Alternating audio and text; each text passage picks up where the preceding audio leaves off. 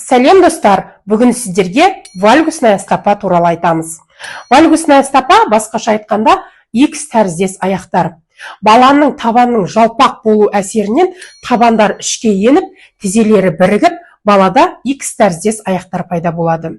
Жалпы қалыпты жағдайда бұл процесс 1,5 жастан 5 жасқа дейін созылады. Ал егер 4-5 жасында баланың аяғының түзеленгенін байқамасаңыз, онда міндетті түрде массаж алып баланы емдету керек.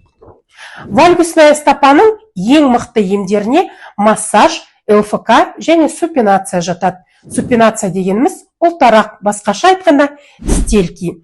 Дәл осы патологияны сіз балада емдемейтін болсаңыз, балада әртүрлі асқынулар болуы мүмкін. Олар белдің грыжасы, остеопороздар, ерте жастағы артриттер, сколиоз және тағы басқа. Дәл осы вальгусная стопа балаларда ешқандай спортсмен шықпайды. Сондықтан да балаңыздан дәл осындай патологияны байқасаңыз, міндетті түрде ем алып үлгеріңіз.